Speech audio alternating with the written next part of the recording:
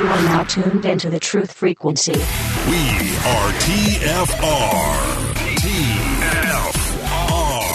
Truth Frequency Radio.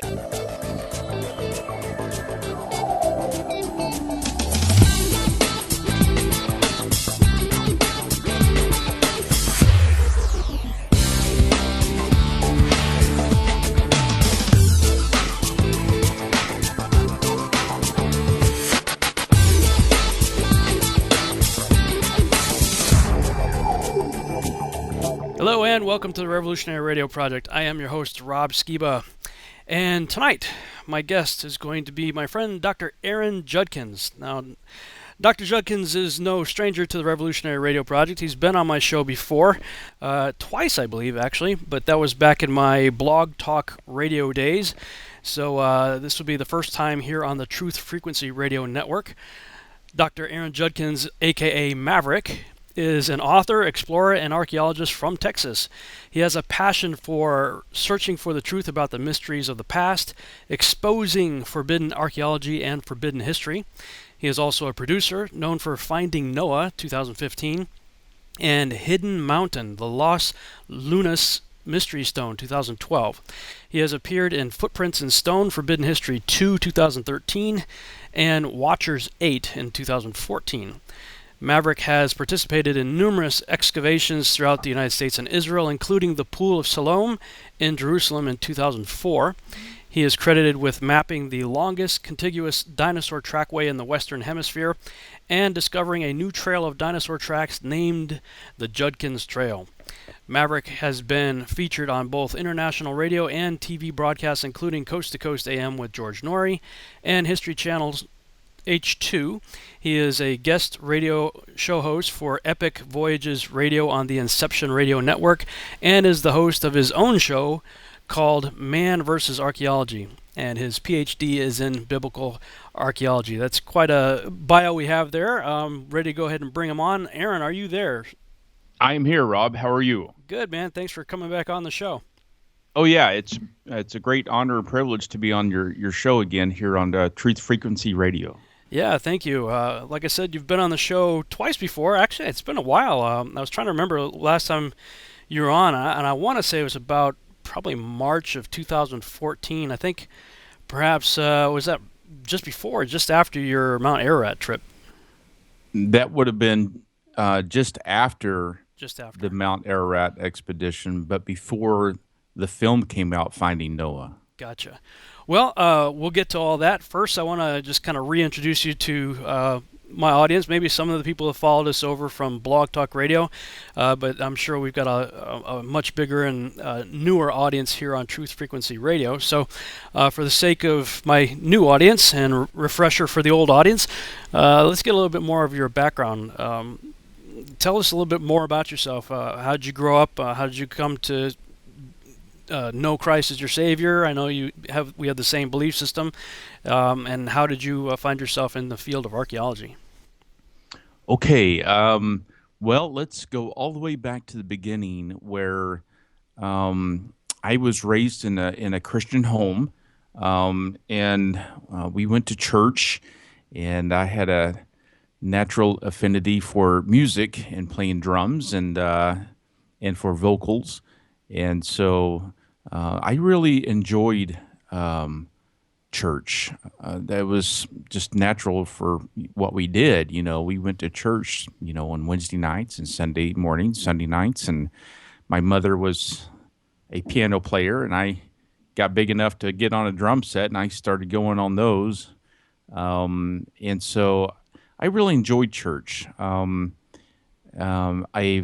enjoyed history and learning about things that came from my grandparents, who were old rock hounds, and they used to cut and polish those rocks. And even as a young child, I would understand that what I was looking at on the outside, for example, like a piece of old agate, you would look at agate and it's very rough, kind of a gray color on the outside, or a brown, not very colorful at all. But as soon as you cut that thing open and polished it, looked inside, it had the most beautiful colors to it. and the rock was beautiful on the inside. And so at a young age, I began to appreciate God's creation. And we're a lot like that. Some people are gray on the outside and they're, not very colorful and full of life. On the inside, though, God's creation is trying to burst forth. And then they have a new life, which is what the Christian walk is all about. It's not about being better than anyone else or holier than thou. Paul said, I was the least of these, and I was one of the chief sinners. And I have to say, I'm a lot like Paul. I'm nothing special in regards to my faith. I'm just a normal guy who's trying to accomplish God's destiny in my life. But one of the things that I learned was God can take someone like me and use me in the field of archaeology and in history. And so at an early age, I began to recognize these things. But I didn't really get going from the get-go at an early age in archaeology. When I began to reach my late teens in high school, you asked about my testimony, and I've never given this on radio before, and I think it's pertinent to set a foundation because, see, it matters what we believe, but more importantly is why we believe it, Rob. And for me, growing up in church was all fine and good until one day it suddenly wasn't. It became very old and very worn out. I got bored with church, frankly. The denomination's not important, but the message was always seemed to be the same, and I just could never live up to standards as I grew older in my life. That as I began to make independent decisions, and not very wisely sometimes, this began to contradict some of the things that I wanted to do as a young teenager.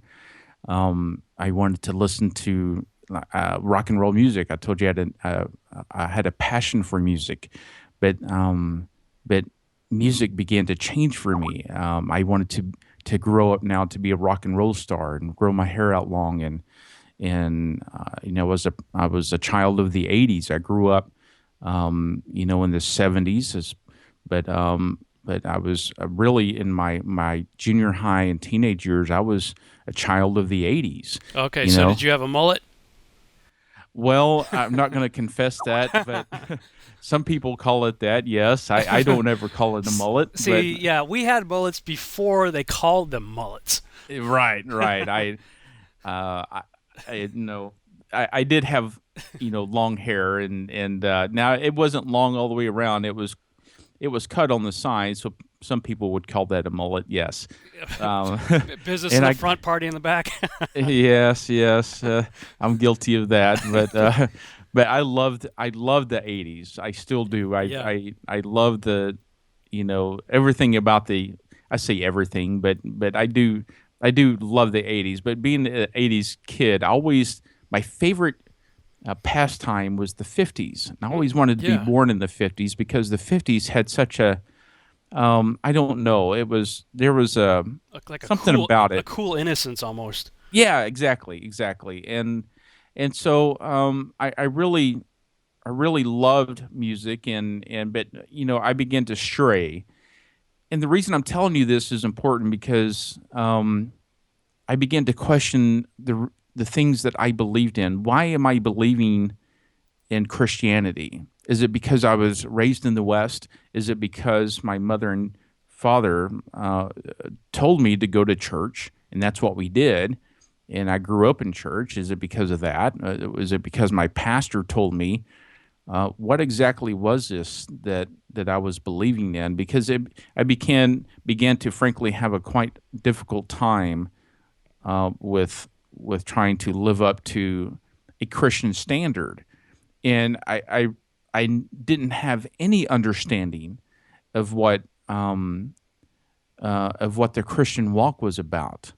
I really didn't. I had a very rudimentary understanding of it, that we were supposed to be good and you can't do this and you can't do that. Mm-hmm. that was basically my understanding, which was very elementary at the time. And so these things begin to question my faith, and there came a point in time where I just decided, you know what, it's easier to just do what I'm doing and give up Christianity. It also conflicted with my public upbringing in school with evolution.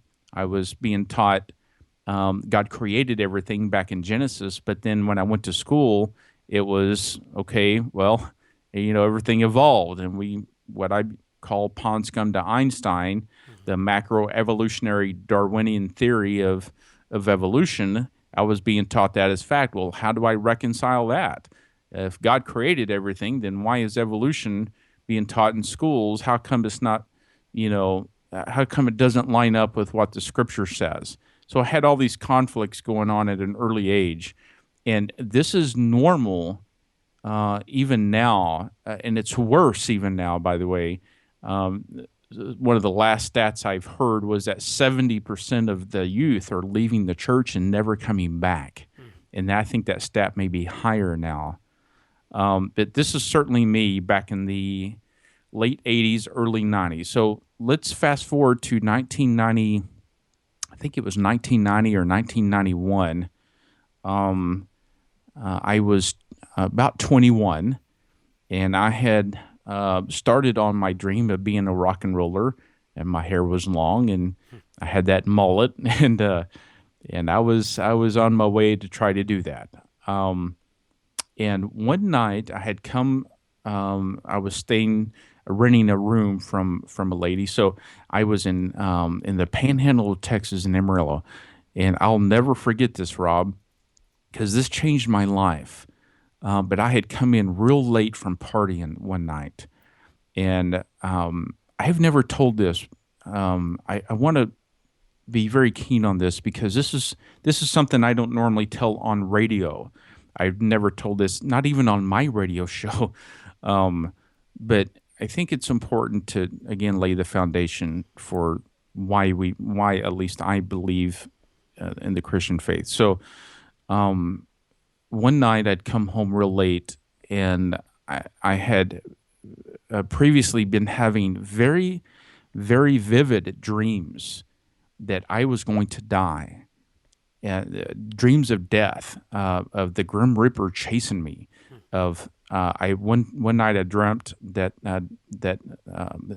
death was on a horse, and with a sickle in his hand, and a black robe, and fire was rolling on all sides, and he was advancing on me very quickly, and I couldn't go. I couldn't get.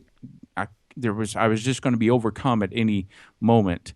The horse even was breathing smoke out of his nostrils. Very vivid dreams. And I had an encounter that scared the hell out of me, if you will, because it literally did. This encounter paralyzed me. A lot of secular New Agers would call it sleep paralysis. They would explain it away. It was a demonic attack. And I won't get into all those details there, but it scared me so bad because this thing was so powerful that it overcame me. And I think the Lord opened my spiritual eyes to see what was trying to get at me. And it frightened me so bad. I couldn't go to sleep with the lights off, Rob, for 2 weeks in my room. I would always leave them on. It was just the worst experience of my life. Yeah, it's so much that I got on the phone. When I woke up, I was in a cold sweat. I called my mother at about 6 a.m., told her what happened, and we prayed. So I'm having these things happen in my life. I'm questioning the foundation of Christianity and my belief in it. I've had these things happen. So now I get home late at night. I go into my room, and just very half-heartedly, Rob, not formally, I didn't get on my knees. There was no church music. There was nobody except for me in that room. And I was preparing to go to bed. And I thought, you know what? I'm tired of sleeping with this light on. It's stupid.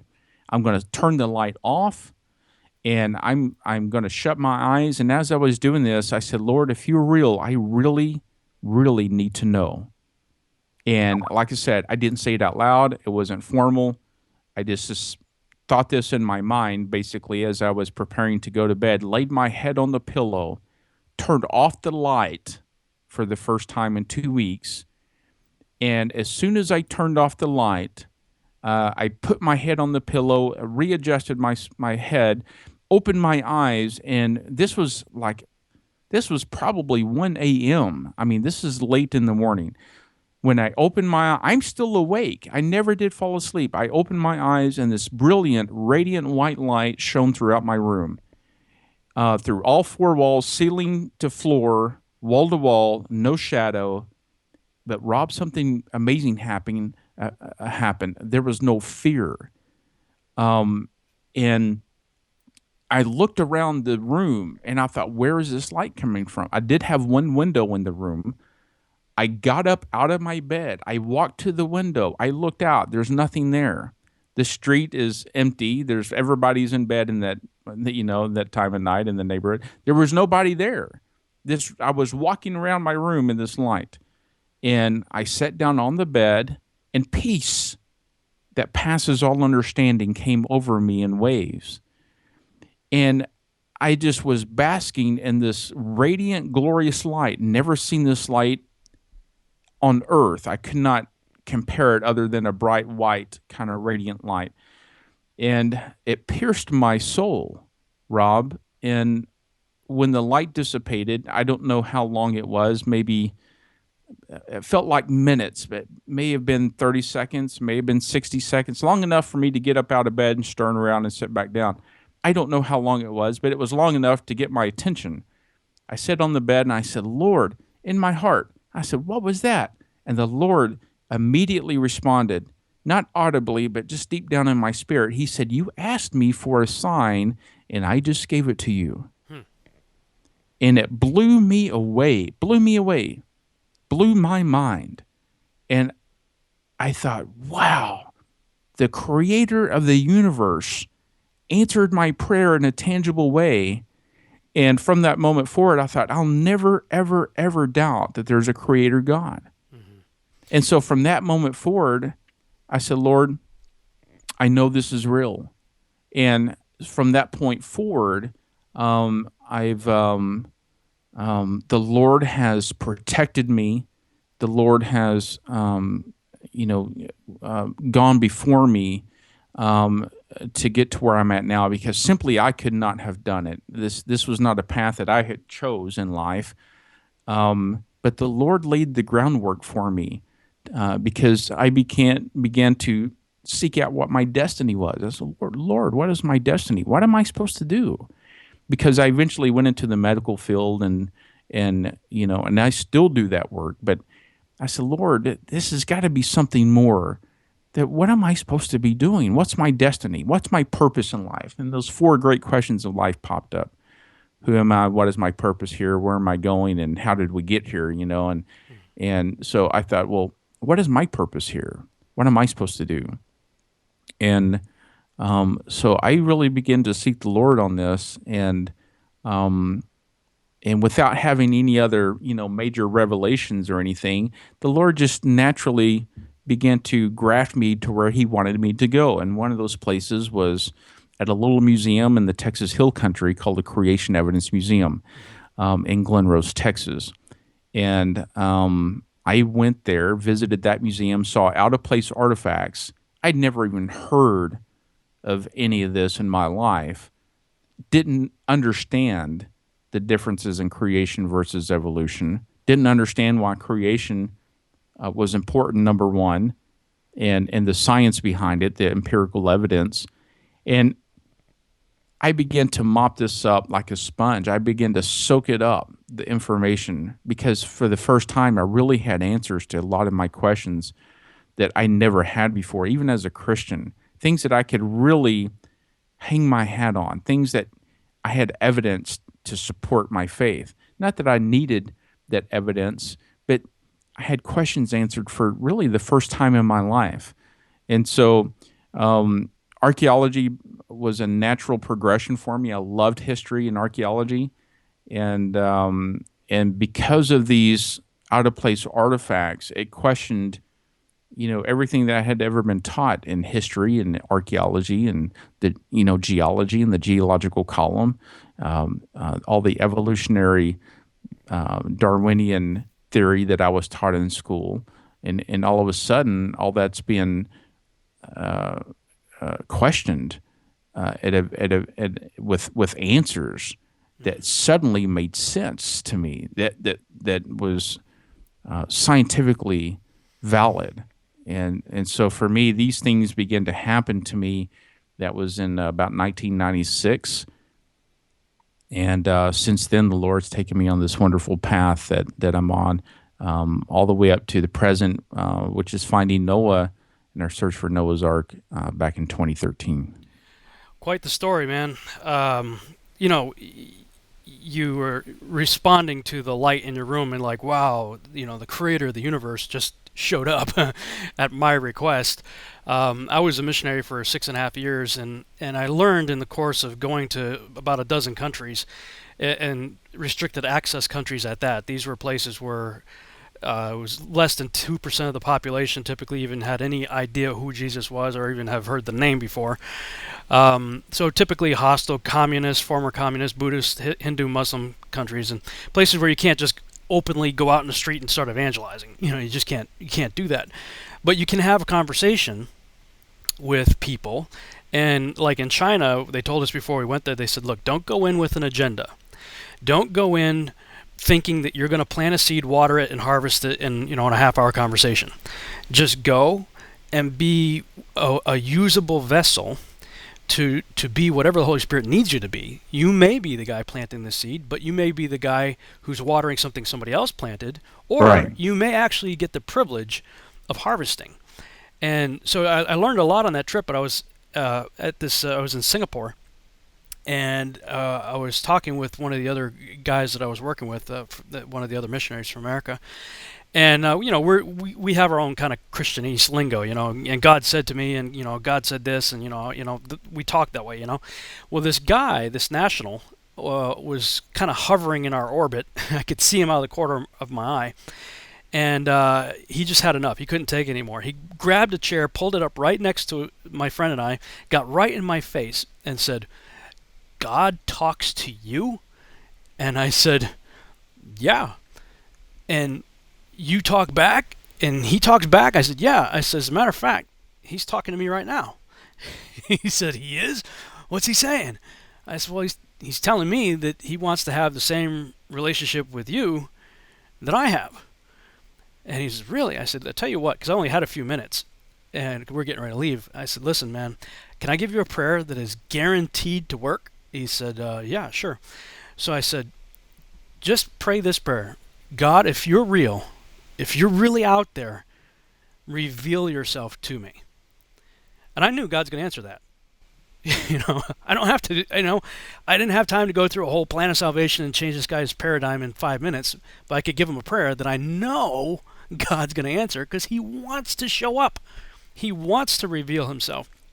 And I've learned in my own life, having already prayed that a long time ago, that, we're flesh and blood and God's spirit, and a lot of times we can't relate in that way. So I've learned to pray, God, I need a tangible, physical expression of your love for me today.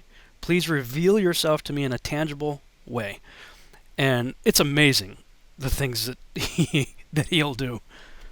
Yes, it is. I never, Rob, up until that moment that happened to me, never realized that God would, you read all these stories in the Bible, and hear what the creator of the universe had, answered my prayer in such a tangible way.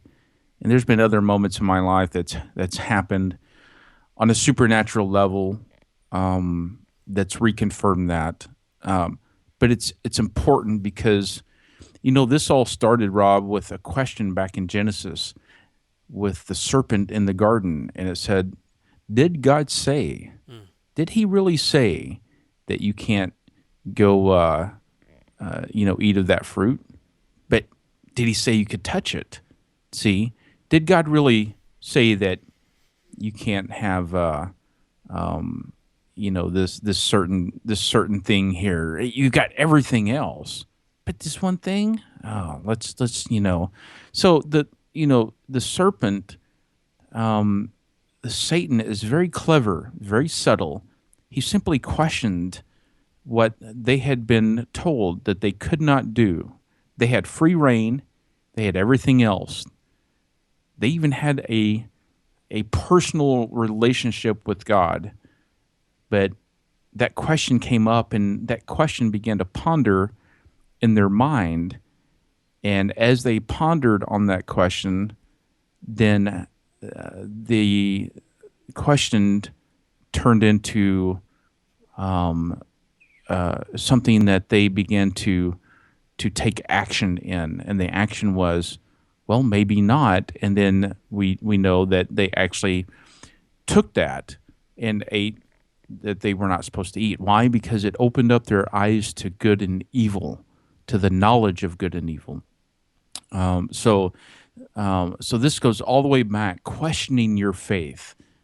Did God really say that? Did he really say that, Jesus is the only way? Yep, hold that thought. We'll come right back and talk some more after the break.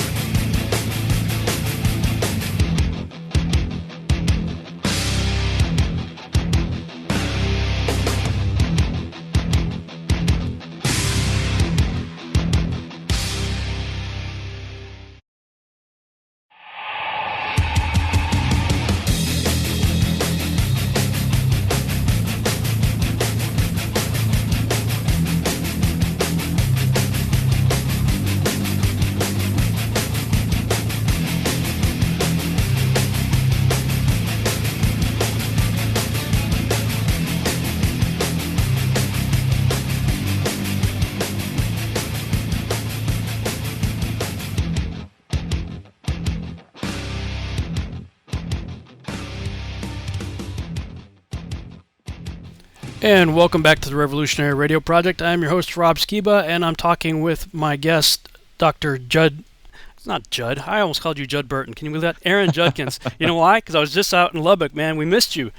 We did, I think it was the third or fourth annual Giants Conference out there at Jared Pressman's church, which I think, if I'm not mistaken, maybe the first time I met you in person. I don't remember unless I met you at a future congress or something like that. We met at Future Congress in Dallas. Okay. Several years ago. Okay. Yeah, because I knew we did one conference together over there in Lubbock, and I think you missed the last one too. That was at Joe Taylor's place. Yeah. Yes. My schedule has been very hectic with the documentary film Finding Noah. Yeah. And so that was a labor of love that we have been working on for the last several years. As we mentioned earlier in the program, 2013 was the expedition, and so that has really consumed a lot of our time with that. But that is now out and went to theaters, and so we can talk about that a little bit more if you want, or whatever. So right before the break, I just want to make sure you finished your thought if you had anything more you wanted to say, and then we can go ahead and jump into that if you'd like. But right before the break, we were talking about hath God really said, a little conversation taking place in the garden. And Right. That's really what, when it comes down to what we're taught in secular school and whatnot with evolution, is it really starts right there in Genesis. We got the 7 days of creation, right, 6 days of creation, seventh day rest, where we are told that we are created in the image and likeness of God in 6 literal days, and yet the world, through Satan, uses the world, I guess you could say, to ask that question. Is that really the way it happened? Well, look, it's okay to ask questions. That's part of our humanity. God has made us curious creatures and problem solvers, and and inventors and creativity. The human mind is powerful. You can learn something new every second for your life and not maximize, not even close to your brain capacity. There's a whole neat thing that I use on that, and that's with everyone's mind. That's how powerful your mind is. You can learn a new concept every second for the rest of your life and not even use up what you currently have. It's incredible. But questioning what God has said is something entirely different. I questioned, back when I was, my late 20s or my early 20s, excuse me, back when I was talking about that. God doesn't mind us questioning and asking questions. But when Satan uses it to try to deceive us, that's a whole nother thing. God wants you to learn about him and to know him. He knows you're curious. He knows you're skeptical. That's okay, because it's not on you, it's on him. So this is true for me. So I just laid the groundwork because I wanted folks to know I'm not in this blindly. I'm not. I went through a phase that for me, as I have stated before earlier on, this is the reasons why I believe what I believe. And of course, with everything else, this has really, increased my faith. So yes, there's answers out there. I know what I believe because of my personal experience. You can have the same thing too. It's not take my word for it. That doesn't do any good. Although I hope it's helpful, but you can know that without a shadow of a doubt that there's more beyond our physicality than what you see, hear, feel, touch, and taste. There's something more to this whole thing. Yes, there's a purpose for all of us, but there is a purpose for you, something that only you can do. So I learned this for myself, and as I began to get answers about these things, I realized that a lot of the things I had been taught in school were wrong. Science is good.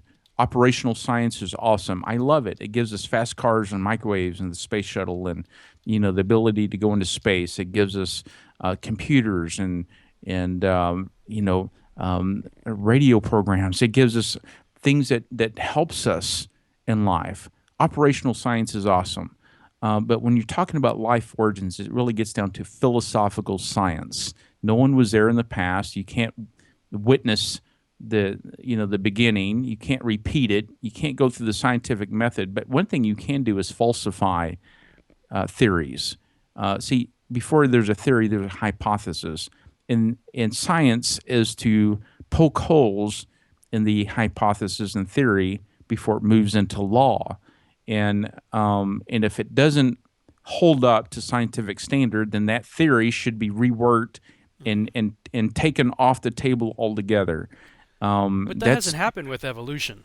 Well, and you're right. Evolution is the only theory that has to be protected by law, because they will not allow for that. There was a case, 1986, I believe, called Edwards versus Aguilar, that really it went all the way to the Supreme Court. You can look it up, but it says the Supreme, and I will just paraphrase it from my memory, but the Supreme Court did not grant teachers any new authority that they didn't already have to teach. In other words, they have a right to teach science, but they have a right to teach creation too.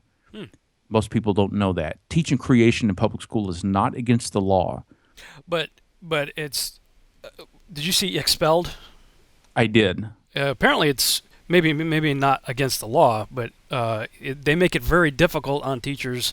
The idea of the show Expelled was basically teachers being expelled, for trying to take a stand on this issue. Yes, that's a very good movie. I'd highly recommend it. It's called Expelled, No Intelligence Allowed, directed by Ben Stein. Very, very eye-opening. If you're curious about this subject, Ben Stein was the guy on Ferris Bueller's Day Off, the teacher, and he went, Bueller, Bueller, Bueller. That's Ben Stein. Ben Stein has a very scientific mind, Yeah. and he simply went and asked some questions, and did a great documentary on this subject. It's called "Expelled, No Intelligence Allowed." Yes, there's a lot of peer pressure. Why? Because there's a theory that they've actually moved into law. That's, in other words, they've written it in stone. Evolution is true. They will not let students critically think. They're teaching them how to think. I'm sorry. They're teaching them what to think, not how to think. So they're teaching them one side, strengths only. They're not teaching them the weaknesses of the theory. They're not letting them critically examine evolution. And to do that, you have to look at the other side. What's the links in the chain? What's the links in the theory with this? And so this becomes a philosophical science. I testified before the State Board of Education in Austin, Texas, when they were revamping the TEACS program, which is science curriculum from 8th grade to 12th grade. And I simply laid it out. We're teaching them what to think, not how to think. Science should be self-correcting. It should involve critical analysis of any theory, yet evolution, for some reason, is protected. You can't do it because it gets down to a point of what do you believe? And we ought to be teaching students both sides of the theory. And I'm not against teaching evolution in schools. I'm saying don't teach one side of it. Teach the whole thing, and then at the end of the day, let the students make up their own mind and say, you know what, here's the facts. Now go home, talk to your folks, whatever, make up your own. But we're not going to tell you this is all fact, because there's evidence in archaeology and in a lot of the other fields that are not confirming evolution. But you got guys like Richard Dawkins and Bill Nye the Science Guy who are very much against what you just said. About and the reason they are is because it gets down to a supernatural source of life origins. Who started all this? Mm-hmm. Why? Where did we come from? Remember those 4 great questions of life? Yeah. One of them is, where did we come from? Why are we here? See, science probably 20 years ago would never have even given credibility to the thought of panspermia theory, that life was seeded outside of the earth. Yet in that documentary we were just talking about, Expelled, No Intelligence Allowed, one of the answers is, well, we don't really know, but it could be seeded from outside of our, galaxy. It could have been seeded here. And then you get into the question, well, where did that come from? Right. Well, that's anything but science. How can that, if you look at the scientific method, it's supposed to be testable, observable, repeatable. And yet this is coming across in college level curriculum as science.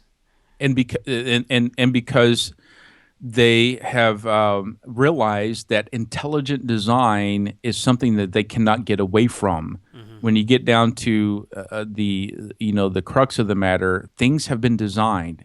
The universe has been designed. Living systems have been designed. And if there's design, there has to be a designer behind that. There has to be a supernatural, or at least a transcendent intelligence beyond our capabilities that have done this. I call it the thumbprint of God, the signature of God, if you will, in the spirals. The spiral is in our DNA. It's in the spiral galaxies of the universe. It's in the Fibonacci golden ratio series of a flower. It's design in living systems. And when you get down to the heart of the matter, there is design. They cannot get around that this has been designed. And you don't go from a disorder to order. That goes against the law of thermodynamics. Mm-hmm. That is exactly the opposite of the second law of thermodynamics, which is entropy. Things don't go from disorder to order. Things go from just the opposite. They go from order to disorder. You go from being young to being old. You go from things working to not working. You go from your car, your engine working to all of a sudden it's not working. You go from your child's room being clean to all of a sudden In another hour it's unclean again. Why? It's the natural law of the universe. This is called entropy. Things are not getting better; they're getting worse, and we have to, stay on top of it to keep things going. But we cannot stop death. It's one thing that we cannot stop. Yeah. And so this gets down to the heart of the issue. Where did we come from? Why are we here? And now they're really reaching, because they have to explain intelligent design. Well, maybe an outside agency. Now you get into ancient astronaut theory, which is famous. What the ancient alien crowd used to are saying. There's a very prominent move towards ancient astronaut theory. It was not created or thought of by Eric von Däniken, by the way. It was he took it and ran with it, but that's another story. The problem is that there's two conflicting views. Either one is right and one is wrong, and that's it. You can't have both being right. So this gets down to a very sensitive matter, because science says, well, we only are going to believe in what we can, see and hear and feel and touch and taste and repeat, and it's knowable, but yet from a faith side perspective, we say, well, God created because we have this evidence that things are intelligently designed. We have an explosion of life in the Cambrian layer, and then we have a record of dead organisms in the fossil record that have no proof of evolution. We have no missing links in the geological column. We have in archaeology civilizations springing up all of a sudden, with advanced knowledge, advanced technology, and there's no signs of evolution in archaeology. There's a lot of things that are backwards when you start looking at the different sciences. Things that are not supposed to be there. They can't be explained. Out-of-place artifacts. This is all contrary to the theory of evolution. And this is so important because it gets down to, why are we here? Who put us here? Why are we on this planet? And so science says you can't know a personal God. It's all materialism. And at the end of all this, when you die, there's no hope for you. There's no reason why you should be here. There's no purpose for you. You can do whatever you want because you're the master of your own destiny. You're your own God. No one can tell you absolute truth. It's black and white for science, but for you, it's not. You can do whatever you want. There's a gray area because no one can give you an answer, and that's part of the problem that we have with the two contrasting views. We look at the same evidence, but it's the particular perspective or preconceptions or presuppositions that we all look at the same evidence with.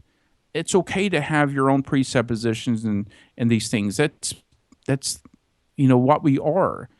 But look, the evidence is screaming that we were designed. I'm just saying that you can know that designer. It's the creator of the universe. Something that science says that you cannot know. So at the end of this, there's two contrasting views. One is that you have no hope, no purpose. You're going to die and go to the worms, and that's it. Really? The other opposite viewpoint is that you have a hope, you have a purpose, there is life. You were created by God to have fellowship with Him. That's why you're here. Your purpose is to find out for yourself what your purpose is. Your destiny is, at the end of all this thing, you have a hope. You have a future. It's called eternal life. There's something more behind all of this. Even science, Rob, is now telling us that there's something greater beyond our four dimensions. Length, height, width, the fourth being time. Science says now in string theory that we probably have at least 10 dimensions that we know, maybe even more. 10 dimensions. And when you start getting into theoretical physics, you understand by these scientists, it's not my claim, it's their claim, that this may be all a digital universe. There's something more. There's something called dark matter energy that they cannot explain, that holds a single unit of mass together. Without it, everything flies apart. There's no order. Everything is hinging on what's holding this all together. So there's dinosaur fresh tissue and blood that they're finding, and T-Rex bone that is supposedly 60 million years old, yet they're finding fresh blood cells and flexible soft tissue, connective tissue in supposedly 60 million year old T-Rex dinosaur bones. And not just one. They're repeating this all over and all over, and they're finding it. Dr. Mary Schweitzer, who was working with Dr. Jack Horner, first discovered this in the back in the 90s. This is well known. It's well established. It's been peer reviewed. It's been published. You can go pull it all up. It's there. The facts are screaming at us that we were designed, and I'm simply saying that you can know that designer. You can know that creator. If there's a creation, there's a creator. And so archaeology is just one of those tools that shows that there's out-of-place artifacts. It's contrary to the theory of evolution, everything that I've been taught. And it says that, you know what, maybe there was a worldwide flood. Maybe that story back in Genesis is true. Maybe that story of creation is true. And if science is showing us that there's evidence of human artifacts, things that are topsy-turvy, they're not supposed to be in these layers, yet they are. Things in archaeology that says or suggest that, you know what, maybe we aren't millions and millions of years old. Maybe things are much more recent than that.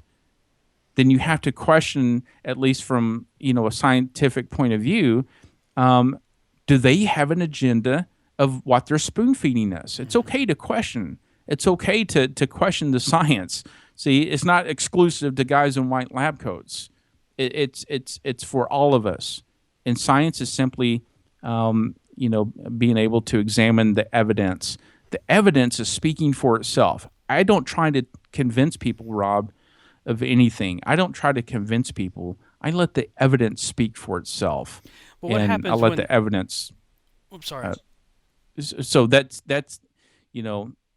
part of what I do in archaeology. I try to present the evidence and just let that speak for itself. But what happens when the academic community intentionally hides or destroys the evidence that goes against their pet theory? Well, let's look at let's take the example of the fresh dinosaur tissue that was found in T-Rex bone. It's been found in many other different types of dinosaurs, but we all know the story. Dinosaurs died 60 million years ago, or did they?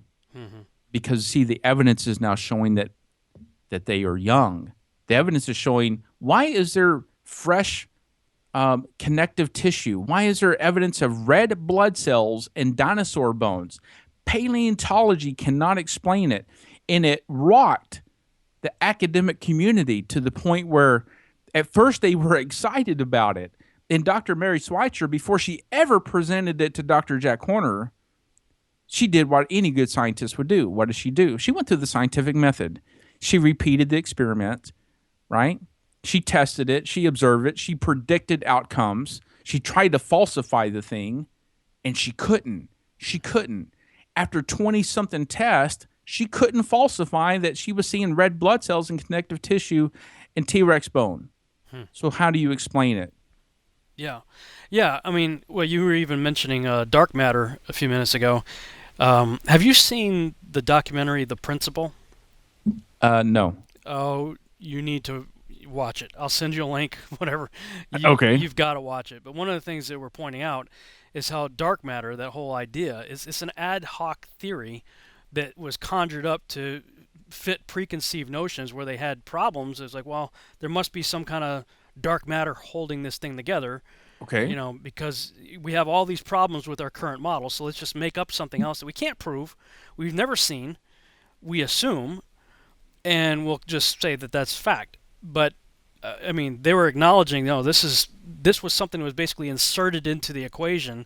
It's an ad hoc theory to make their other probably ad hoc theories work out. Of course, we know in Scripture it says that Christ holds all things together.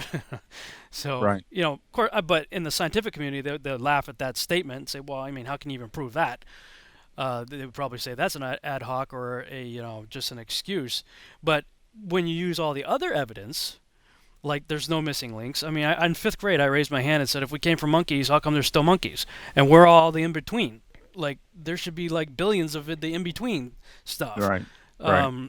Lucy, is that the best we can do? I mean, part of a bone found here, another one found, like 2 miles away or something crazy? Like, I was always like, what prehistoric bus hit that monkey? Hey, don't get me started on Lucy. I wrote a book about some of these things, about these, the questions of what we're talking about, transitional fossils and et cetera. I like to try to find out answers that they don't tell the public. What are they not telling the public? What are they not disseminating? The great thing about Mary Schweitzer was that it did go public, but in the end, the paleontology community finally understood the ramifications of what this meant. And because of that, Dr. Mary Schweitzer had so much peer pressure on her. She was about to lose it all.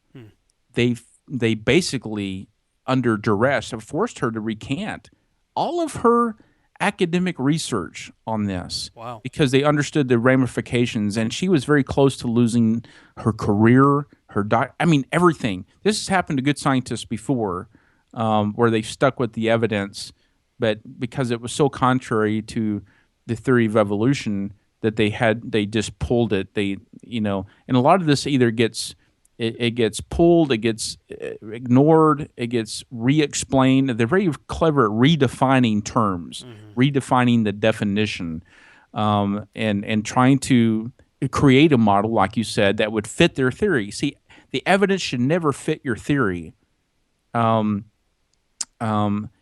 In other words, the evidence, you should not be bending evidence to fit your theory. Evidence is evidence, and if it goes against your theory, then guess what? You have to rework your theory. Yeah. So don't bend the evidence. Don't change the terms. Don't redefine the terms. Don't change the story to fit your model. Science does not work that way. The biblical model has never changed. The biblical model does not change.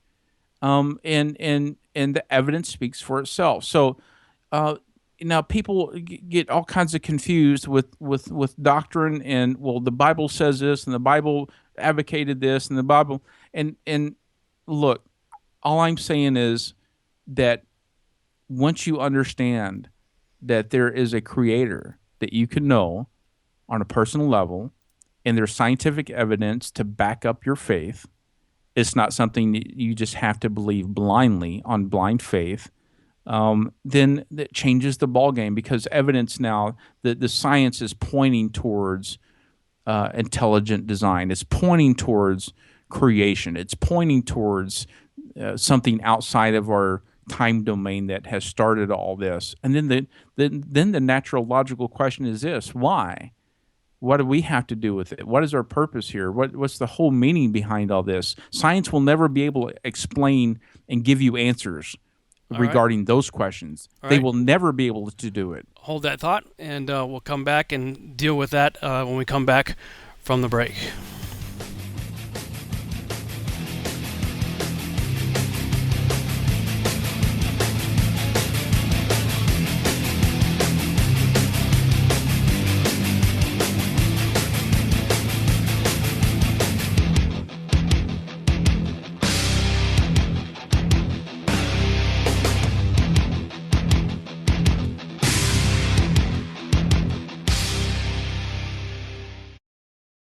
This is Truth Frequency Radio. The wicked ones obviously under heavy Masonic influence.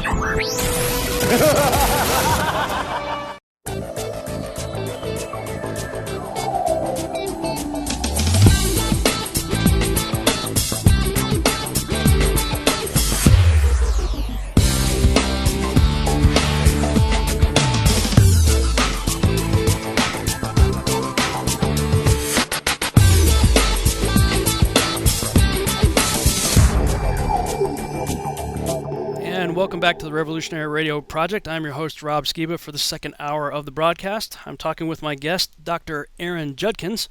And, I got to say, Aaron, you definitely rank up there probably easily in the top 5 of my currently living earthly heroes. Oh, my goodness. Seriously. My dad, he's my number one earthly hero. And I would say George Lucas is one of my heroes in the sense that the dude, I mean, if you read the story of how Star Wars got made and what he had to go through to get it made, it was made for like $13 million, something crazy like that. And the empire that he was able to build out of it, no pun intended, and then, of course, later sold for $4 billion. That's just seriously amazing for a project nobody believed in when it first came out. But here's this guy, Dr. Aaron Judkins. And I got to ask you, because when I was 7 years old, I saw Star Wars, and it blew my mind in the theater. I was like, wow, I made a declaration that I would either be an astronaut, a filmmaker, or dead by the time I was 30.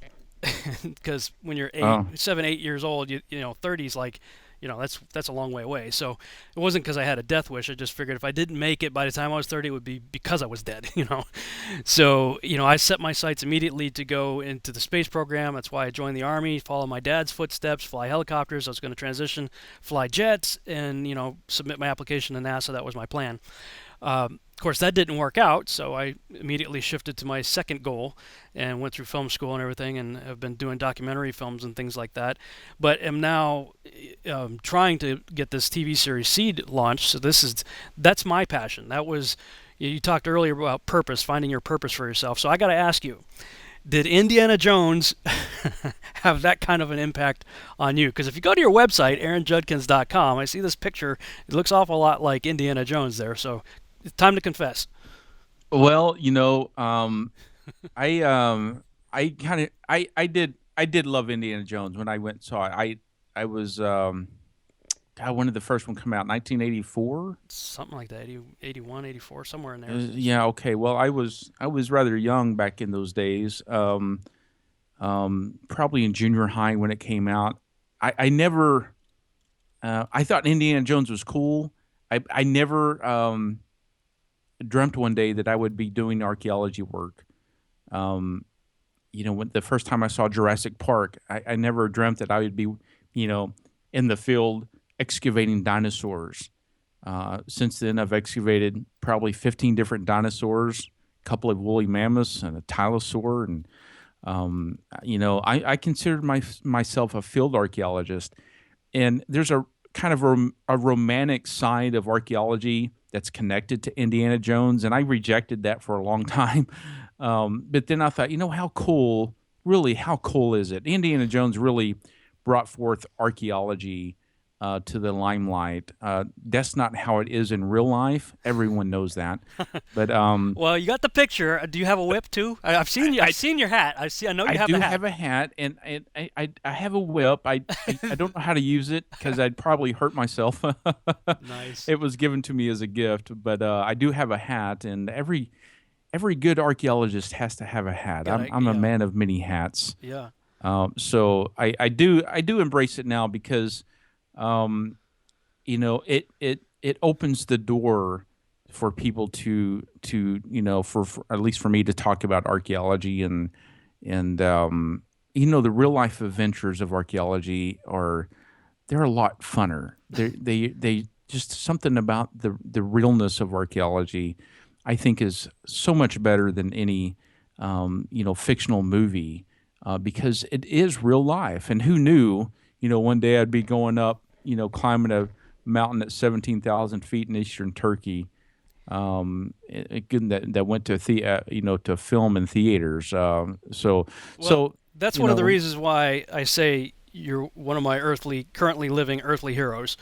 Because I did see the movie and saw what you guys, and I'm sure that pales into comparison to what you guys really went through. I mean, I know, that's quite a trek that you guys did, and you guys had to distill sort of the best parts of it to tell a story. But let's go there. But before we do, let's address this issue of a worldwide flood. When I was in the conference out in Lubbock this past weekend, Joe Taylor had made a case toward the end of his presentation about, look at all the rock strata.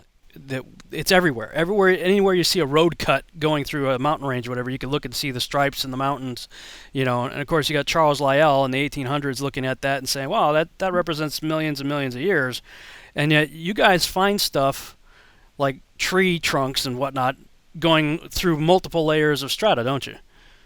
That has been found in the geological record. Trees that have been upside down, going through multiple layers of rock that represents millions of years old, supposedly, according to their timeline.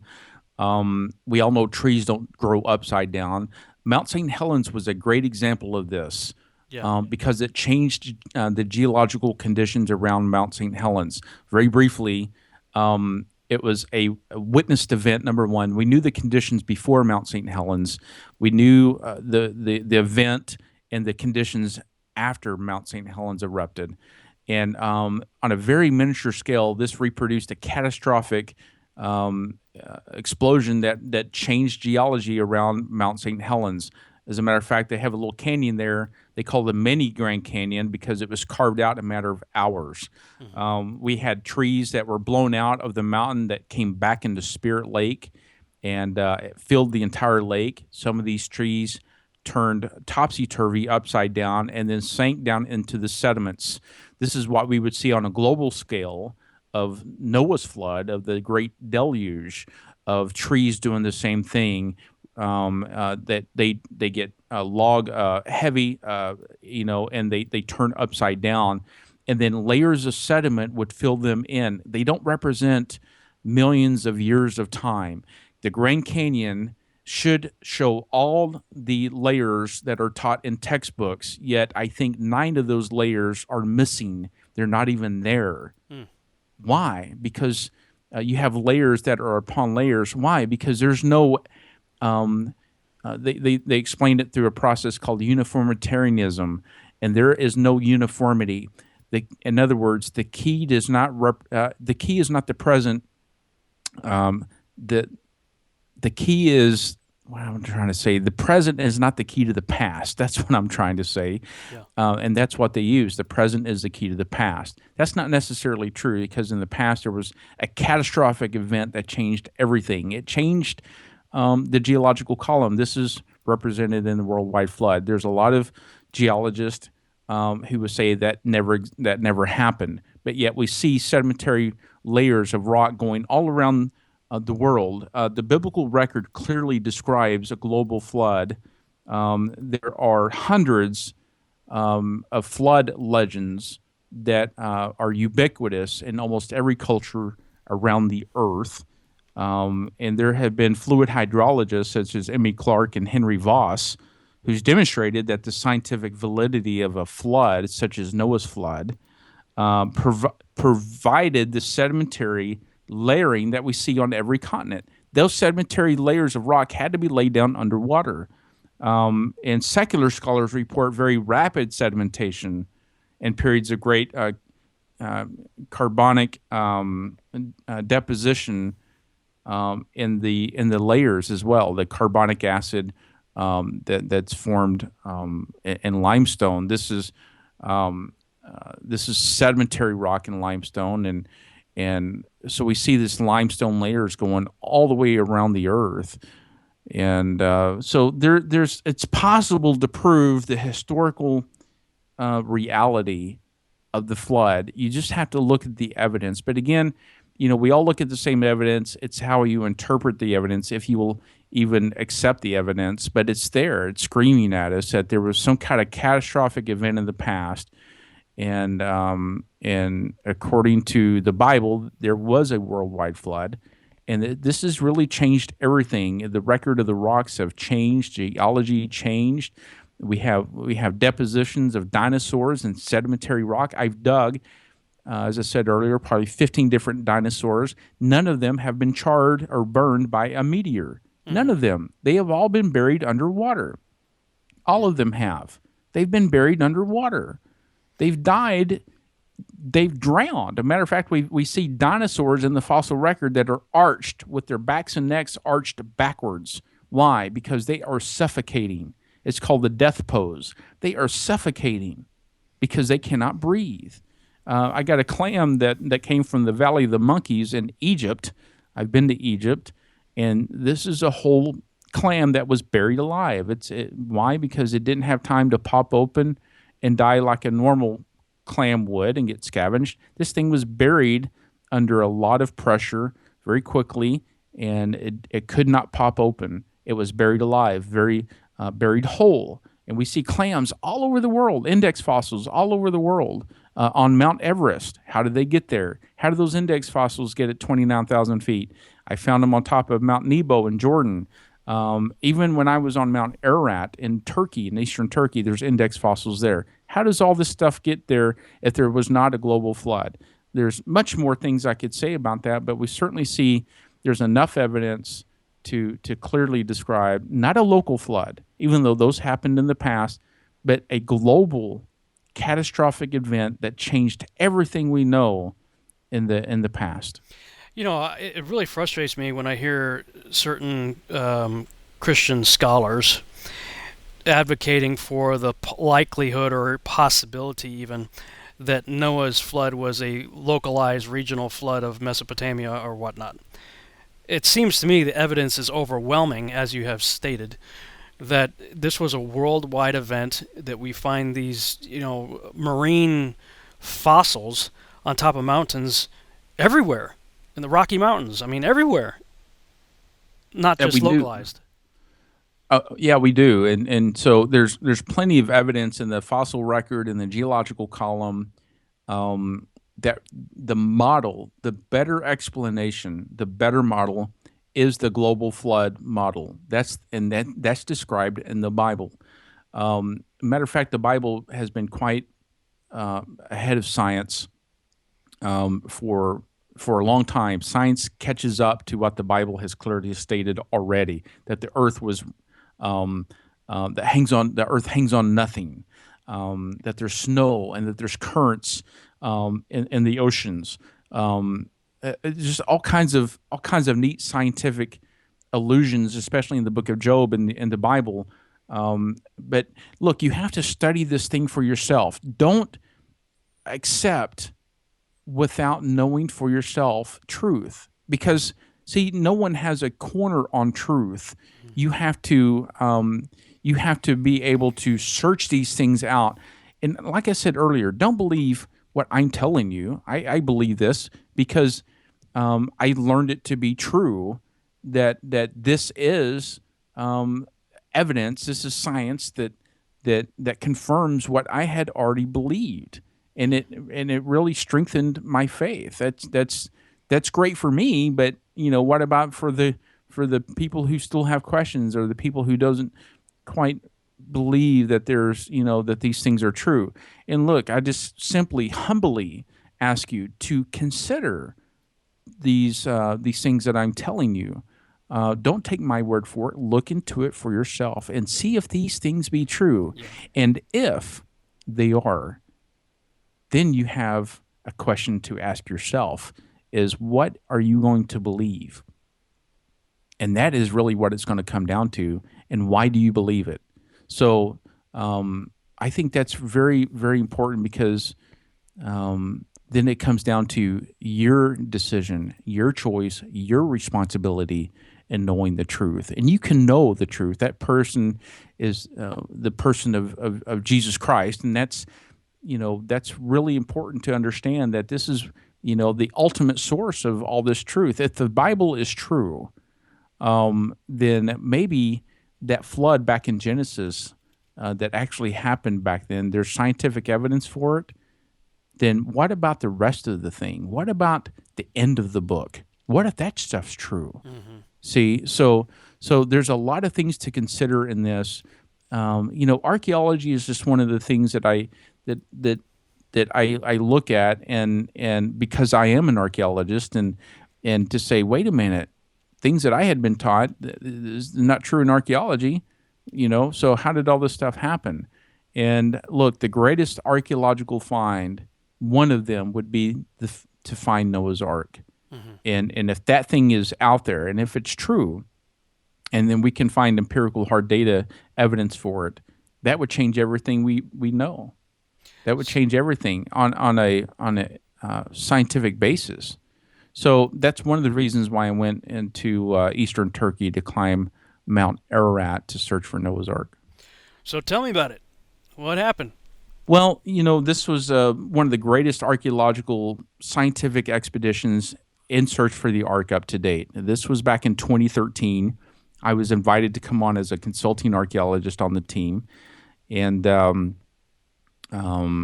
we had a multidisciplinary approach from other scientists, geologists, and cartographers, other archaeologists. We were using a lot of scientific data and equipment, satellite information, ground penetrating radar. We were ice core drilling. A lot of science went into this. You can see it in the film. But my job was to independently confirm and verify if there is a structure on Greater Ararat. That's in eastern Turkey. And it's a very difficult expedition to mount. The logistics are incredibly difficult. The geopolitical area is incredibly difficult. It's even worse over there now than when we were there. There was a truce between the PKK, the Kurdish freedom fighters, and the Turkish military.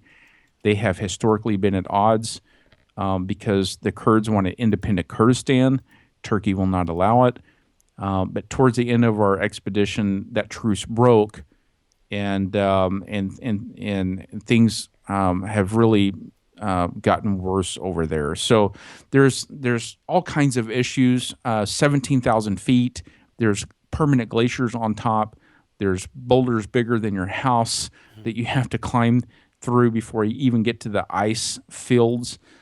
And just surviving up there and just to get yourself and the equipment up there is incredibly difficult.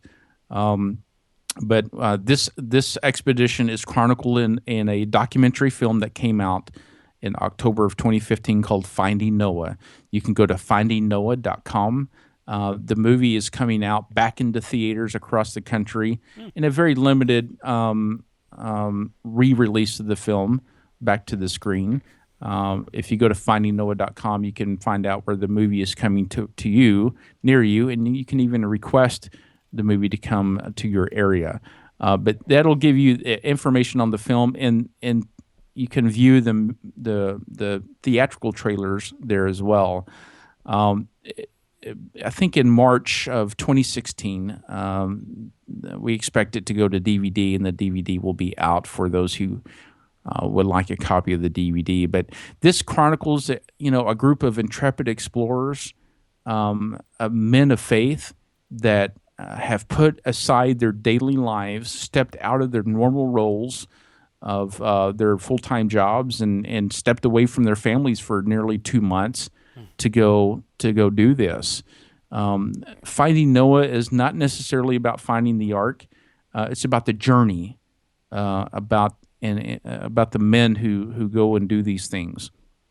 So it was an incredible experience for me as an archaeologist in front of the camera, as associate producer of the film behind the camera, to be a part of the project. But simply put, there is a lot of data pointing towards Mount Ararat, with really credible people that has witnessed or saw something up there. Colonel James Irwin, who was our Apollo 15 astronaut, was very convinced. He flew over a structure on Greater Ararat when he was in the military. When he retired out of NASA, he spent the rest of his life, made some 6 or 7 or 8 trips up Ararat to look for this. And our expedition has spurred off of Colonel Irwin since his death. He nearly lost his life on the mountain 1 year. Had to overnight exposed on a cliff. They couldn't get to him till the next morning. He was still alive. We've nearly lost some of our crew members. There was a blizzard storm that hit the summit. The wind gauge broke at over 100 miles an hour.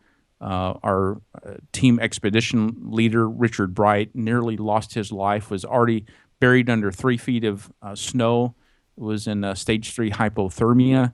nearly lost his life. We had one of our alpinist climbers fall through a crevasse that he certainly would have been lost had he not been roped in.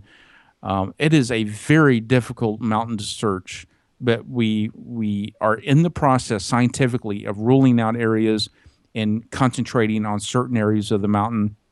And so this is part of what Finding Noah is about when you get to watch that. Yeah, from what I understood, it seemed like you guys had the most latest state-of-the-art equipment to do the survey of any of the trips that have gone up there before. And I think we had 40 pieces of scientific equipment that went up to the summit. That all has to get hauled up by somebody. Yeah. We did hire some local Kurds to help us with all that equipment. They can take courses as far as 14,000 feet with the equipment and supplies that need to go to the summit. But from 14 to 17,000, which is the most difficult, that all has to be taken off the horses, and that has to be hand carried up, including the generators, to run the ice drills. It's incredible the experience and that it took to get up there, and a lot of it you won't see on the film. Hopefully on the DVD, which I haven't even seen yet. Hopefully a lot more of the extra footage will be on the DVD. I know that these guys came to Peru when I was in Machu Picchu about 6 months later and filmed me there for a post-Ararat interview.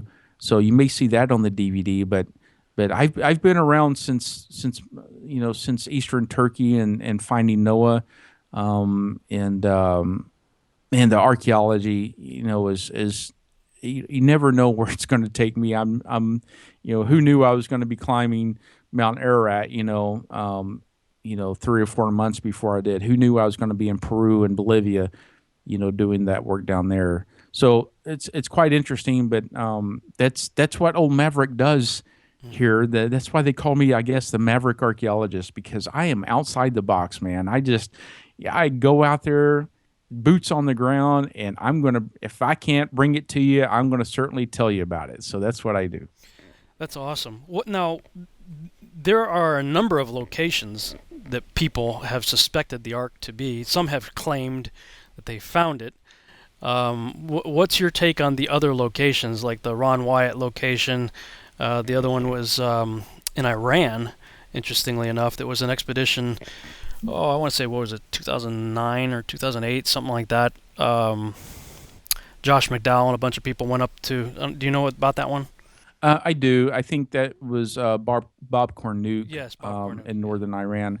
Bob Cornuke was interviewed in our film Finding Noah. They have a different theory about where the Ark is at. By the way, it's not a boat. It's right. It's an Ark. Right. So there's a difference there, but if they found it over there, I'd say great. That's great. Do I think it's over there? No. I think the evidence is on Greater Ararat, and I know. Look, people come up to me all the time and they go, the Bible says it landed on the mountains of Ararat. Plural, mountains, not Greater Ararat, not Mount Ararat. We understand that. We got it. We got that. Thank you. We we did our homework before we left. But I understand that. However, Greater Ararat is the only mountain that has permanent ice cap glaciers on top. It's one of the largest land masses on Earth. It's a military zone that you cannot just get access to wherever you want to go on that mountain. Just to say it's not there, is simply not good enough. You have to go, and you have to go more than once. And in certain areas you can't even get into. And if you do get there, you may not be able to get in because of the military. There's so many, you got the Horror Gorge on the north side that's deeper. As a matter of fact, it's twice as deep as the Grand Canyon. When that blew out in 1840, how do you get down that? Some of these cliffs are thousands of feet deep. So if they found it in northern Iran, great. I would say, you know what? We were in the wrong spot. They found it over there. As long as I can go over there and independently confirm and verify what they had found, then great. I'd be so happy for that. I don't think it's there. Do I think it's at the Darupanar site?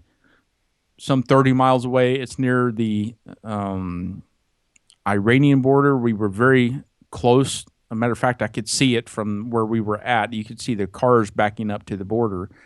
We were flying a camera drone around to get some aerial shots, and they said they told us that we had to stop flying the drone because of it would probably get shot down very quickly.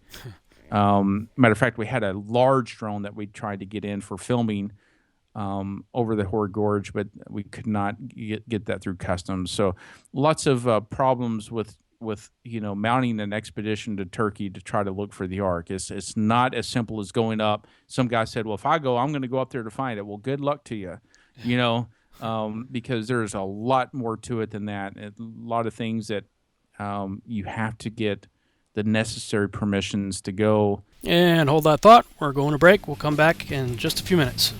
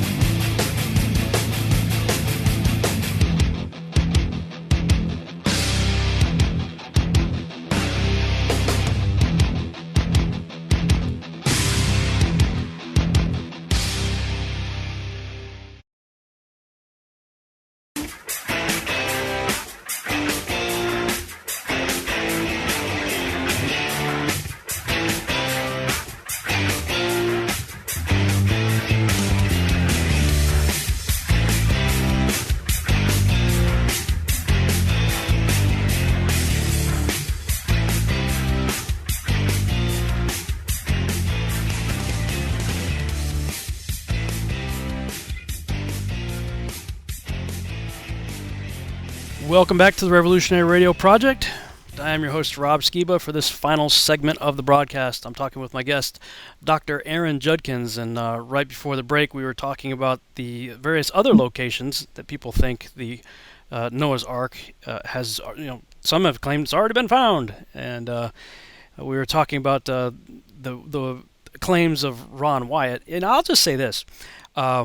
I think some of his stuff is outstanding. I think he was right on target with the finding Mount Sinai, and the altar with the golden calf and all that stuff seems really legit to me. The crossing of the Red Sea, things like that, I think he was right on target. But I've always actually questioned two things, and both of them are arks. The Ark of the Covenant claims that he had, as well as the claim to Noah's Ark. Those two I never really could agree with. I mean, I'm just, as you would say, an internet researcher, but it didn't really make sense to me. His claim to Sodom and Gomorrah, I think, was a good one too, but those other ones, I wasn't too convinced. But there are people out there. I mean, I guess there's a like a visitor center or something there, isn't there, that claims this is it? Yeah, you're talking about the Darupanar site. It's some 30 miles away from Greater Ararat across the valley. There is a little building there that by the site, and they claim that Ron Wyatt says that's Noah's Ark, and they convinced the government of Turkey that it was, and they built a little thing. They charge you a little fee to go in. We went there before we climbed Greater Ararat. I've heard about this before. I've looked at pictures of the site. However, when I got there, it's very clear that it's not it's not an ark. It's not even close. So it's a natural geological formation, and that's it. It's just a simple truth of the thing. If it had been the ark, I would have been the first one to say, you know what, boys, we found it. Y'all have fun climbing Greater Ararat, but it's right here, and I would have made that announcement and would have stood behind that claim. However, after going there, studying the site directly, firsthand, it's not. Independent geologists, other archaeologists have also verified that is simply a natural geological formation since the 80s. This has been debunked very clearly that it is not the location of Noah's Ark. So have they found things there, that are questionable, evidences for, rivets or, beams or whatever? Yes, but it doesn't mean that it's the Ark. It means that, people use that throughout history. We know that, that was probably an area of a route that people took. There were areas that you had to. They would control the trade routes through there, and they would tax you. It could have been used for a natural defensive position. Doesn't mean that it's the art because it's not. It'd make a good fort. Yeah, exactly. And if you look over Google Earth over that area, you see other similar formations, not as big in that area. It's just simply a natural geological formation. But Ron Wyatt was very convinced and wanted it in his heart, I believe, to be the Ark. Yeah. But look, it's just not, and that's the simple truth of it. Do I like his other about the real Mount Sinai, Jabal al-Lawz over in Saudi Arabia? Other people have independently confirmed that. Yes, I do like that evidence very much. Yeah.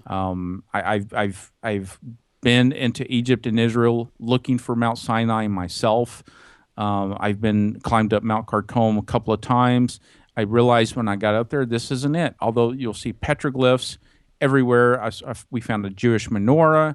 We found evidence of of a petroglyph that represented the Ten Commandments.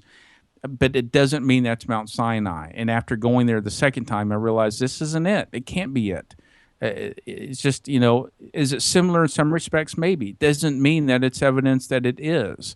So, I've had my sacred cow slaughtered on a lot of these things too, that being one of them. Yeah. I do like his evidence and for Mount Sinai being over at Jabal al-Lawz in Saudi Arabia. Why? Because it's almost irrefutable. Yeah. That evidence is so clear. Even the camera guys that were with me, untrained archaeologists, untrained scientists, they even say, this is not an ark. This is just a natural formation. Even they clearly understood when they went to Ron Wyatt's Jerusalem site that it was not the ark. The evidence, however, for Saudi Arabia was so clear that you can show that evidence to any layperson, and you could lay the evidence next to the historical story, and anyone with a logical mind would have to say, wow. Yeah. They really got something. So it's not at Jerusalem site. It's not. I don't think it's in northern Iran. Because why? Because there's not a permanent ice cap. There's not the logistical, problems that you have with Greater Ararat over there on Mount Judy. You just don't have the permanent ice cap fields. It's searchable. You can fly over it. There's all kinds of things you can do to verify if it's there. Have they found evidence of, some wood? I've heard they have. I don't know anything, if they found anything since then. But look, we found wood embedded in basalt rock on Greater Ararat coming down. Mm-hmm. So, again, this is evidence that screams worldwide flood, but I don't think it's over there. I think all the evidences that we have, from writings, historical eyewitness accounts, from satellite data, etc., that points to Greater Ararat. However, I'm not dogmatic about where it's found. I don't think it's a matter of if we find it. I think it's a matter of when we find it. And look, when we do find it, that'll be one of the greatest archaeological finds in history, superseding the Dead Sea Scrolls, which are now the one of the top archaeological finds that confirm biblical history. Mm-hmm. That shrunk about 2,000 years down of archaeological time for us because it confirmed the Old Testament scriptures, plus a bunch of other ones like the Book of Enoch that we don't have time to get into. But finding a structure such as Noah's Ark would confirm the Old Testament account again, outside of the land of the Bible, extra biblically. And look, you would have to make a decision whether to believe that or to not believe it. It's a simple choice. For me, it doesn't matter because it's a matter of an element of faith, and I do concede that it is an element of faith. But I can look at the other evidences that we've already talked about, such as the worldwide flood and the geological column and the fossil record and no missing links and et cetera, to say, well, okay, well, we haven't found the Ark yet, but we have all these other evidences. Finding the Ark would be icing on the cake. Do we have to find it? No, we don't have to. But look, I think it's a matter of when not if, but when. And when that's found, and we're going to open it up. Let the skeptics come, let the scientists come, because that's what we want. We want them to say, just like over at Jabal al-Lawz on Mount Sinai, we want to be able to show the evidence and let the evidence speak for itself. We want to be able to say, look and examine the evidence critically, do your own test on it, but here it is. Here it is. That's what we want to be able to do. We don't want to say, believe it because we're telling you. I want to be able to say, believe it because here is the evidence. Yeah. That's part of what I do. That's my hope for finding Noah's Ark. Excellent. Well, I'm going to segue for the remainder of the show into something that we've both researched, and that would be the subject of the Nephilim, and the question of whether or not the conehead skulls that have been found in Peru and elsewhere may have some link or tie to these particular creatures. So tell us a little bit about your journey to Peru and Bolivia and working with the people down there and with L.A. Marzulli on his Watchers series. Yeah, so a lot of people probably heard of L.A. Marzulli. He's been on the History Channel, and he's the producer of Watchers 8, along with Richard Shaw, who's the director and producer, on Coast to Coast AM, etc. So L.A. asked me to come down as an archaeologist to look at these elongated skulls of the Paracas culture in Peru, which I did. And we spent a week at Senior One's museum at the Paracas History Museum studying these skulls. I specifically was given 4 skulls to study from without the benefit of the rest of the skeleton, not in situ, but just the skulls alone, to study the cranial volumes, do measurements, look at these from an osteological and a forensic point of view, to see what data we could get from this. This is what we did over the course of the week. That took us all over Peru afterwards, and into Bolivia, into Tiwanaku, into Pumapunka, to research what was going on.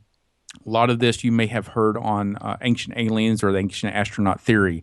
Having been down there, I wrote a report about the skulls that's available in LA's book called On the Trail of the Nephilim, and it's in Volume 2. I wrote a chapter in Volume 1, but I wrote the report about these skulls in Volume 2 of On the Trail of the Nephilim by L.A. Marzulli.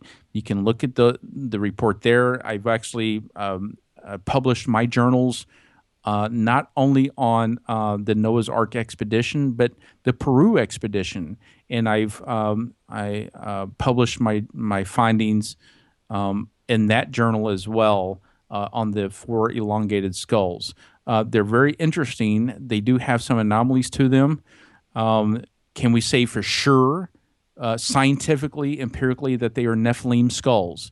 The answer scientifically is no, we can't. Because there's not enough information to make that claim. Great claims require great evidence, and we don't have enough evidence to say yes, they were. It's a working theory. I'll give it that. Let the theory, let's look at it. Let's see if we can get some data to back up the theory. That's what my job was to go do. Even though I do believe the Nephilim existed. For those who don't know, the Nephilim were those offsprings of the sons of God in Genesis 6, and the daughters of men, and they produced a race of giants called the Nephilim. That's a Hebrew word for the fallen ones. So that's what the Nephilim are. That's what we're talking about. Is there evidence for giants in archaeology? The answer is yes. Is there evidence for things that go against evolution regarding giants? The answer is yes. Do I think the skulls are Nephilim in origin? The answer is no, we cannot say that they are conclusively, but it's an interesting possibility, because the other theories are they cradle headboarded? Why would they do that? Are they emulating something they saw? Is it for royalty or is it for aesthetics? Is it for beauty? These are all questions we're trying to answer. There's a lot of speculation. People have taken the ancient astronaut theory. They've taken the Nephilim theory that that these are Nephilim skulls, and they've ran with it. Scientifically, that's poor to to hang your hat on. You can't scientifically. There's just not enough information to say that they are. But they are interesting. More study needs to be done on those skulls. But do I think that they're ancient astronauts or ancient aliens? No, I don't.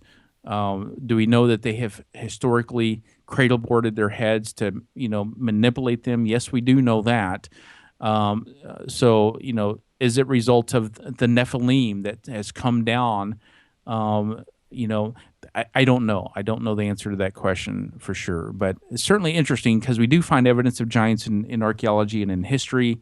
47-inch femurs, a giant skulls that was found at Lovelock Cave in Nevada.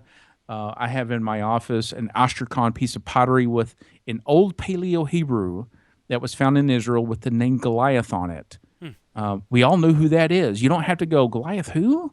Was that the guy that down the street? No, it's the Goliath of the Old Testament. We all know who that is. And not only that, there was another piece of pottery, a larger piece, that was found with his name on it as well. This is evidence that shows there's something going on, and maybe that thing about the giants in there was true, and maybe the reason for the flood was to wipe out those giants because they were corrupting the human DNA gene pool. Maybe there's something deeper going on behind the scenes with all this. There's been many people who have critically looked at this and studied this thing out, one of them being you, Rob, who have studied the Nephilim and have wrote about it in your books. One of them is me. I've studied this thing and wrote a book about it called Alien Agenda, The Return of the Nephilim. Yes, I do think they were real. That's why I subtitled the book, The Return of the Nephilim. So other people like L.A. Marzulli, who has been studying this for, decades. So, yes, there is evidence for these things. We have to understand that we don't know all the pieces of the past. We have pieces of the puzzle. But as we get more information from the pieces of the puzzle, we can put it into perspective and add it to the knowledge base that we already have, and then it begins to form a picture. It begins to tell us new information. It begins to tell a story. And that story is certainly something that's different that we've been taught. There's more to the past than what we've been taught, for sure. When you looked at the four skulls, I don't know which four skulls you were privileged to look at, but did any of the ones that you had to examine have or lack the vertical suture, the two parietal plates? Yeah, it's called the sagittal suture. Yes, they did. Now, at age, they can fuse. With maturity, that will fuse. That sagittal suture that runs along the very top of the head of the cranium divides the two parietal plates. That's called the sagittal suture. That can fuse with age.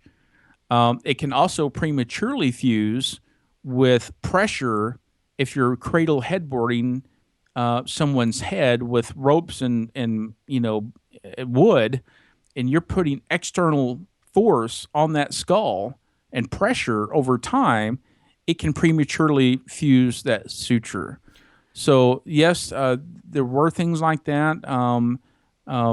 We had the privilege of unwrapping one of the only known infant elongated skulls ever found in Peru. The age is probably between 15 and 22 months old. This was still mummified. We were given permission from the museum director to unwrap it for the first time. This is all on Watchers 8. This is all documented on Watchers 8. It's the only known infant elongated skull. And when we pulled this thing out, it took us probably 6 hours to carefully unwrap it. Joe Taylor and Chase Kleski and I worked on this for hours, trying to very delicately pull the mummy wrappings off of this, and when it came to light for the first time in probably 2,000 years, this thing had red hair. And we know about the red-haired giants in North America. The Paiute Indians talk about the red-haired giants.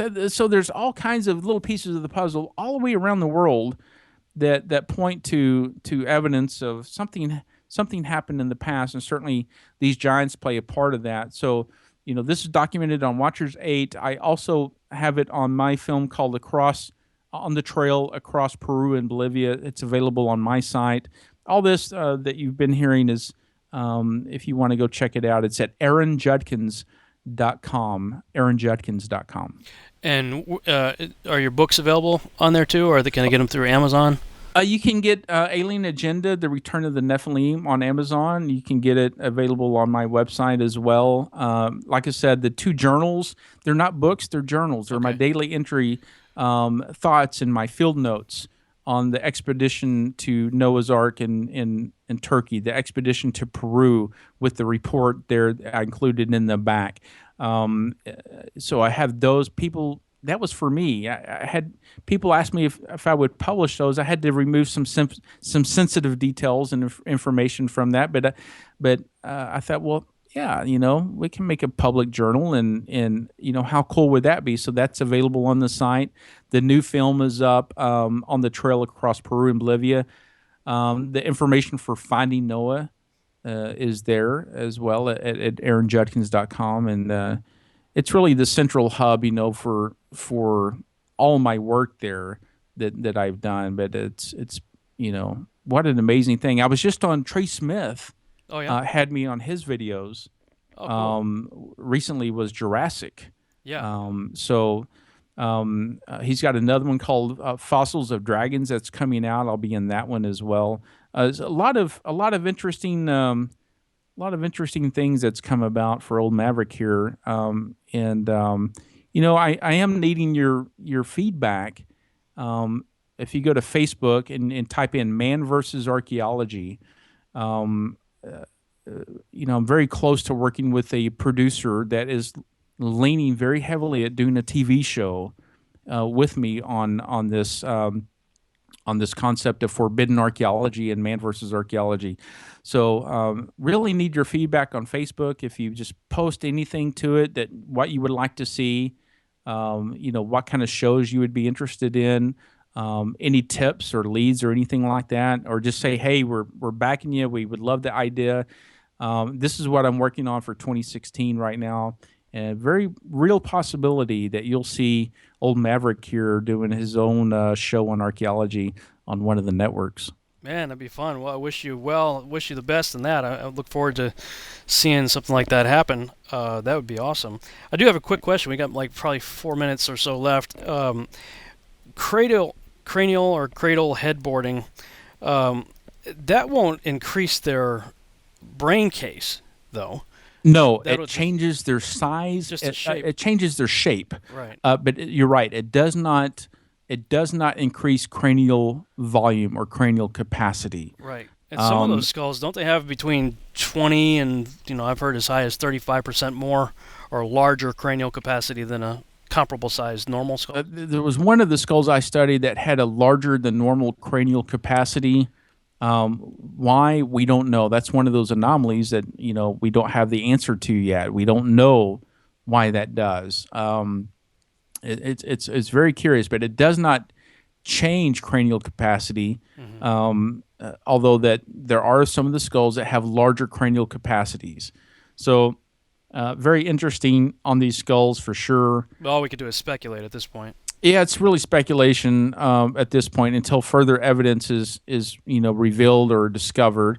That's just the nature of science. It changes our thoughts and opinions and theories, and that's the way it should be. Yeah. But more study needs to be done. More, it needs to be, there needs to be more evidence that comes forth out of it. More study by forensic, osteologists, by anthropologists, by other archaeologists. There needs to be more study done with these skulls. But the simple explanation is on these skulls right now is that we don't have enough information But they are human. I have to tell people that they are human. They are not aliens. They are human skulls. Humans with anomalies. I mean, I Yes. know that there's been a lot of embellishment about the DNA tests and stuff like that. So even that, I mean, we got to take it all with a grain of salt and continue to do the research. Right, and that's good science. Yeah, that's just good science. Well, man, this was great, man. Thank you so much for coming on again, and I look forward to seeing what you have going next. 2016 is going to be it's going to be an exciting year for old Maverick here. Lots of possibilities with the TV show, with going to some different spots around the world to on location, boots on the ground. This is what I do. I hope to give more information when I can. If you want to, I do this. It's me, for right now. But I do got some things on the website if you want to go and help out, support this work and keep me going. This is what I do, and so there's just a lot of information. I hope that you will get on the website. Finding Noah, don't forget about that. It's coming back out in theaters. You can go to findingnoah.com. Be out on DVD in March of 2016. I go speak. I've spoken at conferences. We spoke together, Rob. Yeah. I've been invited to the secular UFO conferences. I spoke in Irvine, California last year at one of the symposiums there. I spoke at Laughlin, Nevada. Paula Harris had me out there, and they are interested in the Nephilim and the giants, and so it's a fresh topic for them. Although they know I don't hold to the ancient astronaut theory, I've been invited to go speak there. So I'll go to around and speak in Noah's Ark, the Nephilim, the giants, whatever. I really love it all. It's a fantastic ride, and how blessed I am to be able to do this. Yeah, well, amen to that, and hopefully maybe we'll cross paths again and we'll get to share the stage at one of these conferences once again. But in the meantime, thanks again so much for coming on. Again, this is the third time, man, on the show. Thanks for being on the Revolutionary Radio Project. Thanks, Rob, for having me. Thanks, guys. Appreciate it. Absolutely, man. Well, that's all the time we have for tonight. Hope you guys enjoyed that. Be sure to check out Aaron's book, Alien Agenda, and regarding the Nephilim. Check out the movie Noah. Check out Aaron's website, aaronjudkins.com. Thanks so much for listening, guys. Have a great weekend. We'll see you back next Wednesday, 11 p.m. Central. Good night, everybody.